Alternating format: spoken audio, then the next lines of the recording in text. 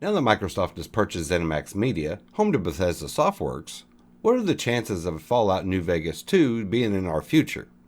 Let's talk about this.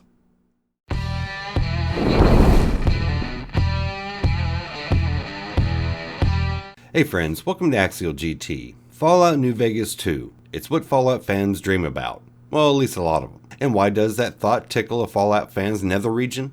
Well, New Vegas was, and still is, arguably the best Fallout game of the series, when it comes to storytelling and interesting, memorable characters. And for my part, I do agree. But before we dive in, if you happen to be new here, consider subscribing for future Axial GT content. I'd love to have you in my little corner of YouTube, trying to hit 10,000 subscribers by the end of the year. Don't know if it'll happen, but it's worth a shot.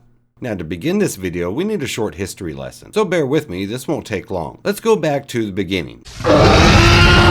Whoa. Too far back. Okay, in 2004, Bethesda purchased the license from Interplay Entertainment to make Fallout 3. 3 to 4 years later, Bethesda would go on to purchase the IP outright. Fallout 3 was released in 2008, and it hit the ground running, achieving a boatload of success. Before Fallout 3 released, I was actually concerned about Fallout's future. I grew up with the Fallout 1 and 2 isometric view and adult humor, so when Bethesda took over, I did have my concerns. Even though at the time I was a huge Bethesda fan, literally playing all the games they have ever made all the way back to Gridiron, but I wasn't sure on how well the game would translate to a first-person RPG, but Bethesda pulled it off. I really enjoyed Fallout 3. Thought it was missing some of the adult humor aspects of the previous two games, but still an excellent RPG all in all. To try and keep momentum going, Bethesda wanted another Fallout game in the works, but the team was already working on a project, Elder Scrolls V Skyrim. So they reached out to Obsidian Entertainment, who was made up of former Black Isle Studios developers, the people that made the original Fallout games. This prospect really got me hyped. Now just an opinion, Black Isle Studios were just better at storytelling than Bethesda, so my excitement was peaked.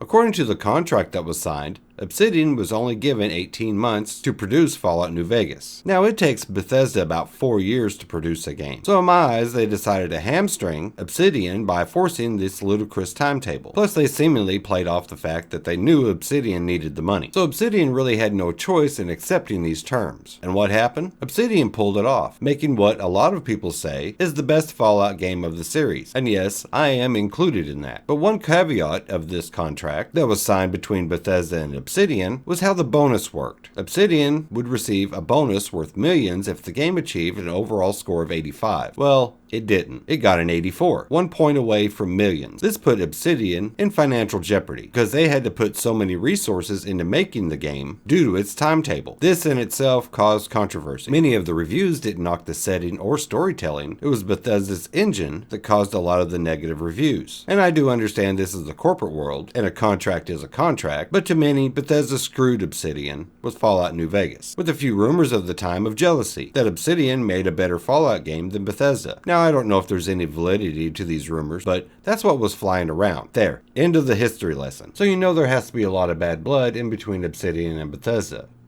A lot of the Obsidian developers are still working there that were working on New Vegas.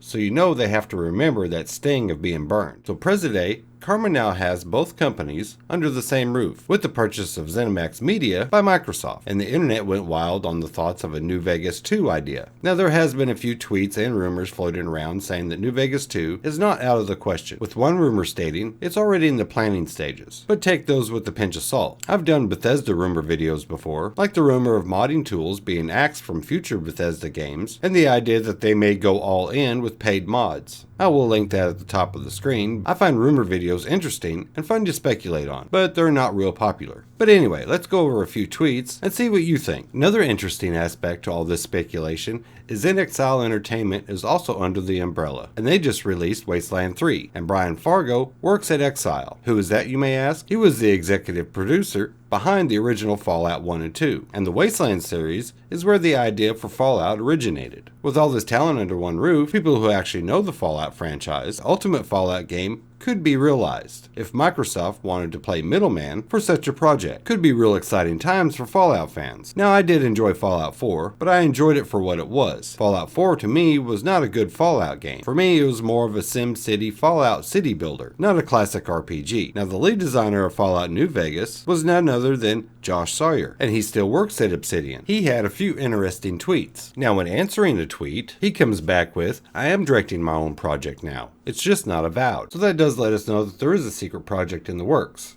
But what it is, we don't know yet. He did come out in a later live stream saying that New Vegas 2 was not what he was working on. But he also did say, in another tweet, when asked about if Obsidian was working on New Vegas 2, he tweets, "Beats me, I just work here."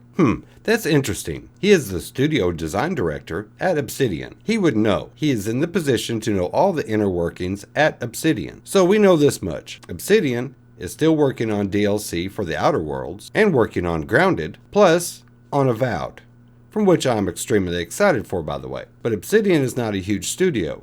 They have a limited amount of resources, but they have been doing a good amount of hiring. We can also look at this from another angle. Bethesda is still working on Starfield, which I think will release sometime next year, probably toward the latter half. I actually think it was supposed to release this year, but the pandemic happened. Now, that's just speculation on my part. But let's go ahead and work with this timeline. Starfield releases next year, then probably the DLCs. That pushes the prospects of an Elder Scrolls 6 down the road. We know that Bethesda has a hard time chewing gum and walking at the same time, so the chances of two games in full-blown development in tandem are very slim. It takes BGS 3 to 4 years to produce a game, and it's not because they are fixing bugs. All Bethesda games are full of them, which is funny that they are over triple the size they were with Morrowind, and the games are still buggy and take just as long to produce. But I digress. Anyway, if this timeline holds true, this means BGS won't have another Fallout game to the latter half of the decade without sharing that all-important Fallout license. I'm sure Microsoft would like a little more return on their $7.5 billion investment. Besides the old Fallout games and the much-hated Fallout 76 online multiplayer monstrosity that is the bane of my existence, I will explain that in my upcoming Q&A video, Fallout fans could use a new Fallout game. 76 doesn't count. While again, this is all just speculation, and please take it with a huge Mount Everest-sized grain of salt, I do see some of these prospects looking promising, but I also find it really strange Josh Sawyer not really confirming or denying the idea of a New Vegas 2, or whatever they might call it. Could be called Fallout Brazil for all I care, just as long as I see another Fallout game in the works. Now, as of this video, Microsoft does not own Bethesda right now. The sale won't be finalized till, according to Microsoft's press release, sometime in 2021, possibly the last half. So I'm thinking a New Vegas 2 is not likely being worked on or in production at this moment. Me personally, it makes me think that a new Fallout game won't happen until after Avowed, if Obsidian takes over. So that would have another Fallout game being worked on and produced at the same time as Elder Scrolls 6. But again, that's only if Microsoft puts the Fallout IP in Obsidian's lap. But what do you guys think? Might there be a Fallout New Vegas 2 in our future? Tell me in the comments below. I like to hear what you guys have to say. I think the stars are aligning and the talent and opportunity is there, but it's still probably years down the road, if it happens at all. And don't forget I'm doing a Q&A video that I should have up next week. So if there's any last minute gaming or tech related questions, they can still make the cut. Be sure to put them in the comments below also. And if you liked the video, or even if you didn't, you just like being here to make fun of my ugly mug, be sure to like and subscribe for future Axial GT content. I really appreciate you watching. Until next time, I am out of here. You all have a good one.